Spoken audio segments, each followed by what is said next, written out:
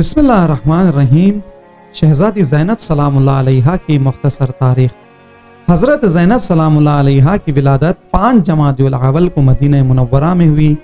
آپ امام حسین علیہ السلام کی ولادت کے 2 سال بعد پیدا ہوئی۔ جب آپ اس دنیا میں تشریف لائیں تو جناب فاطمہ زہرا سلام اللہ علیہا نے اپنے شوہر علی ابن ابی طالب علیہ السلام سے آپ کا نام تجویز کرنے کو کہا تو انہوں نے فرمایا کہ وہ اس کام میں رسول خدا پر سبقت نہیں لے سکتے۔ رسول خدا سے درخواست کی گئی تو انہوں نے فرمایا اس کام میں اللہ سے سبقت نہیں لے سکتا۔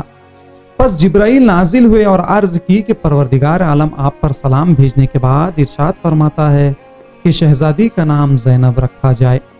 جب حضرت زینب سلام اللہ علیہا سن بالغہ کو پہنچی تو بہت سے اشراف اور رؤسائے قبائل عرب نے آپ کے رشتے کی خواستگاری کی۔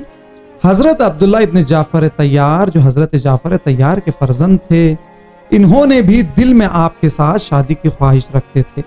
انہوں نے قاصد کے ذریعے پیغام بھجوایا جسے حضرت علی ابن ابی طالب علیہ السلام نے قبول فرمایا۔ حضرت زینب سلام اللہ علیہا فرماتی ہیں کہ رسول خدا حضرت محمد مصطفیٰ صلی اللہ علیہ وآلہ وسلم نے فرمایا اگر کوئی عورت 5 وقت کی نماز پڑھے، ماہ رمضان کے روزے رکھے اور اپنی آبرو کی حفاظت کرے اور اپنے شوہر کی اطاعت کرے تو اسے کہا جائے گا کہ جس دروازے سے چاہو جنت میں داخل ہو جاؤ۔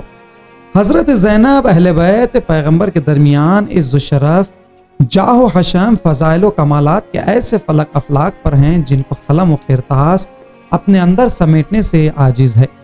امام سجاد علیہ السلام آپ کی شان و اعلیٰ صفات میں فرماتے ہیں آپ بحمد اللہ ایسی عالمہ ہیں جس نے کسی معلم کے سامنے زانو ادب طے نہیں کیا، اور ایسی دانا اور علم والی ہیں جس نے کسی سے سیکھا نہیں۔ آپ کے مقام و منزلت کا یہ عالم کہ جب جناب زینب سلام اللہ علیہا امام حسین کی زیارت کے لیے تشریف لاتی تھی، امام حسین علیہ السلام آپ کی تعظیم میں کھڑے ہو جاتے تھے اور آپ کو اپنی جگہ پر بیٹھاتے تھے۔ آپ مفسر قرآن تھیں۔ جناب زینب تفسیر قرآن مجید کے لیے خاص درس رکھتی تھی جس میں خواتین شرکت کیا کرتی تھی۔ یحییٰ المازانی کہتے ہیں میں مدینے میں کافی دنوں تک امیر المومنین کے ہمسائے میں تھا۔ خدا کی قسم میں نے کبھی بھی نہ زینب کو دیکھا اور نہ ہی ان کی آواز سنی۔ جب بھی وہ اپنے جد حضرت رسول خدا کی زیارت کا ارادہ کرتی، رات کی تاریکی میں گھر سے نکلتی۔ حسن علیہ السلام دائیں جانب اور حسین علیہ السلام بائیں جانب اور امیر المومنین آگے آگے ہوتے تھے۔ جب وہ قبر کے قریب پہنچتی تو چراغ کی روشنی کو کم کر دیتے تھے۔ امام حسن علیہ السلام نے ایک بار سوال کیا تو امیر المومنین نے فرمایا تاکہ تمہاری بہن زینب کو کوئی نہ دیکھ سکے۔ حضرت زینب سلام اللہ علیہا کو عقیلہ بنی ہاشم بھی کہا جاتا ہے۔ عالمہ غیر معلمہ حضرت زینب سلام اللہ علیہا کے بارے میں یہ کہنا ضروری ہے عقیلہ اس خاتون کو کہتے ہیں کہ جو اپنے قوم اور قبیلے کے درمیان بڑی کرامات محترم شخصیت ہو، اور کرامت اور عظمت حضرت زینب سلام اللہ علیہا تمام انسانوں کے لیے ثابت شدہ اور واضح ہے۔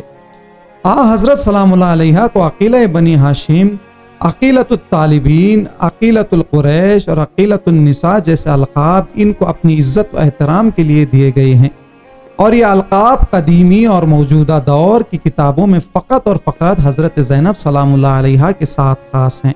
اسی بنا پر حضرت زینب سلام اللہ علیہا کو کربلا کے حادثے سے پہلے یہ القاب دیے گئے ہیں، اور معتبر منابع سے مشخص نہیں ہے کہ سب سے پہلے کس شخصیت نے حضرت زینب سلام اللہ علیہا کو القاب سے نوازا تھا، لیکن یقینی طور کہا جا سکتا ہے یہ القاب حضرت سلام اللہ علیہا کو بزرگان سے ملے ہیں۔ ابن عباس خطبہ فتح جو حضرت فاطمہ زہرا سلام اللہ علیہا کا ہے، حضرت زینب سلام اللہ علیہا سے روایت کرتے ہیں کہ اس خطبے کو ہماری عقیلہ حضرت علی کی بیٹی حضرت زینب سلام اللہ علیہا نے ہمارے لیے روایت کیا ہے۔ عالمہ غیر معلمہ ایک دن حضرت امیر المومنین علی ابن ابی طالب علیہ السلام مہمان کے ساتھ گھر میں وارد ہوئے اور حضرت فاطمہ زہرا سلام اللہ علیہا سے فرمایا گھر میں کچھ مہمان کے لیے ہے۔ حضرت فاطمہ زہرا سلام اللہ علیہا نے جواب میں فرمایا ایک روٹی ہے جو اپنی بچی زینب کے لیے رکھی ہے۔ حضرت زینب سلام اللہ علیہا بستر پر تھی لیکن بیدار تھی۔ جو ہی یہ الفاظ سنے تو فرمایا اماں جان یہ روٹی مہمان کو کھلائیں۔ اس وقت حضرت زینب سلام اللہ علیہا کا سن مبارک 4 سال تھا۔ حضرت زینب سلام اللہ علیہا کی سخاوت ان کے بچپن سے ہی معلوم ہے اور انہوں نے حتیٰ عاشور کے دن اپنے بیٹوں کو بھی فدا کر دیا۔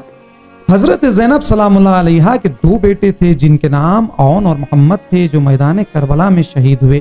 کربلا میں کردار زینبیہ یہ ایک مسئلہ حقیقت ہے کہ کربلا میں خاندان ابو طالب نے اپنی جانوں کا نذرانہ ایسے پیش کیا کہ جیسے وہ اس دنیا میں آئے ہی اسی مقصد کی خاطر تھے، اور سچ میں ایسا ہی تھا۔ دین اسلام پر جس طرح حضرت امام حسین علیہ السلام اور ان کے اصحاب کا احسان عظیم ہے، اسی طرح کربلا کا واقعہ شجاعت زینب کی وجہ سے آج قائم و دائم ہے۔ یہ وہ بہن ہیں جنہوں نے ایسے عالم میں بھائی کی مدد کی کہ جب ان کے پاس عباس جیسا بھائی نہ رہا، اور شام کا بازار و یزید کا دربار گواہ ہے کہ اپنے بھائی کے بعد کس طرح ایک عورت ہو کر یزید کی حکومت کو پاش پاش کرائیں۔ شہادت حضرت زینب سلام اللہ علیہا، تاریخ گواہ ہے کہ آپ شہادت امام حسین علیہ السلام کے بعد زیادہ عرصے زندہ نہ رہیں۔ شاید اس کی وجہ یہ ہو کہ زندگی بھر آپ کو بہت زیادہ اور کئی نوعیت کے مصائب کا سامنا کرنا پڑا۔ یہ وجہ بھی ہو سکتی ہے کہ آپ نے جو کار تبلیغ اپنے ذمہ لیا تھا وہ انجام پا چکا تھا۔ بعض مورخین کا کہنا ہے کہ کربلا کے بعد آپ کا عرصہ حیات 1 سال 5 ماہ، بعض 2 سال 5 ماہ، بعض کم و بیش 4 سال بیان کرتے ہیں۔